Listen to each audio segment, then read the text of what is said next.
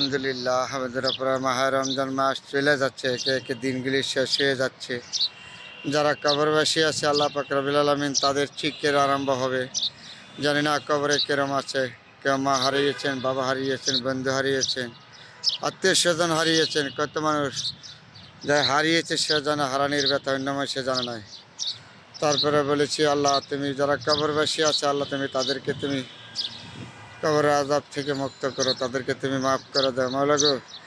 কত মানুষ কত হালে আছে, কষ্ট করতেছে এই রমজান উপলক্ষে, কেউ ঠিকমতো ইফতার করতে পারে না, ঠিকমতো একটা ভালো কিছু জিনিস খাইতে পারে না। আল্লাহ তুমি তাদেরকে তুমি রহমত করো, হেদায়েত করো। তাহলে আমাদের মাধ্যমে অনেক মানুষ আছে এখনও রমজান মাসে ভালো করে কিছু খাইতে পারে না, কথা বলতে পারে না, সন্ধ্যাবেলাটা ইফতার করতে পারে না। মাওলা গো তুমি সৃষ্টি করিস না আদম, তুমি তো সব কিছুই মালিক, তাহলে তুমি কেন এক আদমরে সুখ দেবা আর এক আদমরে কষ্ট দেবা? তুমি সব কিছু মালিক।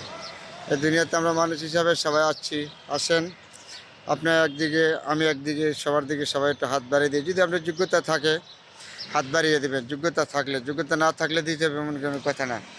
যারা আপনার আশেপাশে তার কিনা আপনার আত্মীয় স্বজন আছে, নিজের মানুষ আছে, দুঃখ কষ্ট ছেলে মেয়েদের জন্য একটা কাপড় কিনা দিতে পারবে না, কত কষ্ট আছে, তাদের খাইয়া বাঁচাতেই যাব না। তাদেরকে যদি আপনার তৌফিক থাকে, আপনি যদি থাকে তাকে একটা হাতটা বাড়িয়ে দেবেন, তারপর আত্মার শান্তি পাইব। আপনার আছে, আপনি নিজের এলাকা, আগে হলে নিজের মানুষ, আমরা দান সহযোগিতা যাই কিছু করবেন, আগে হলে আপনি নিজের কাছে নিজের লোকেরা করবেন সর্বত্র বেশি সব। আপনি নিজের লোকেরকে দান সহযোগিতা করলেন, তারপরে আপনার তৌফিক থাকলে বাইরে করেন, সমস্যা না, যাকে ইচ্ছা তাকেই করেন, কিন্তু আপনার তৌফিক থাকতে হইব। মনে আমরা সবাই যদি তাদের দিকে একটু হাতটা বাড়িয়ে দিই তো তাদের আত্মার শান্তি পাবে। রাস্তা ঘাটে কত চিন্তা আছে, দুস্থ মানুষ, গরিব মানুষ, তাদের দিনকাল কত কষ্ট যায়। আমরা তো গরিব দেশ, আমরা বাঙালি জাতি, আমরা মেহনতি মানুষ, তারপরে আমাদের দুঃখ দুর্দশা আছে। আমাদের দুঃখ দুর্দশা থেকে আমাদের বেরিয়ে আসতে হবে। সবাই আছেন, সবার প্রতি আমরা সবাই হাতটা বাড়িয়ে দিই, সবার প্রতি সবাই মন মানসিকতা বজায় রাখি। আল্লাহ পাক রব্বুল আলামিন যদি আপনি দান করবেন এমনভাবে করবেন যাতে আপনার দান অন্য কোনো মানুষ না দেখে, আপনি নিজের হাতে দান করবেন, আপনি নিজে ছাড়া যার কেউ জানে না।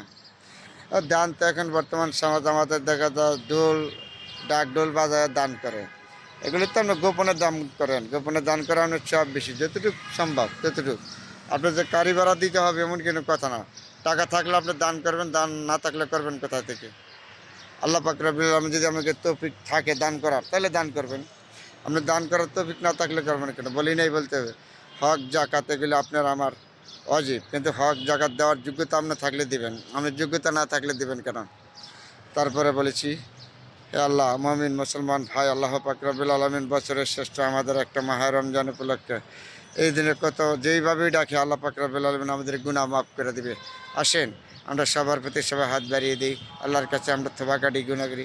আল্লাহ তুমি আমাদের মাফ করে দাও, আমরা গুনাহগার বান্দা, আমরা গুনাহ করেছি, অন্যায় করেছি, জান্না করেছি, না জান্না করেছি। মাওলা গো তুমি যদি মাফ না করো আমরা কার কাছে যাব? তুমি সকল মাপের মালিক। মাওলা তুমি আমাদেরকে মাফ করে দাও, ক্ষমা করে দাও।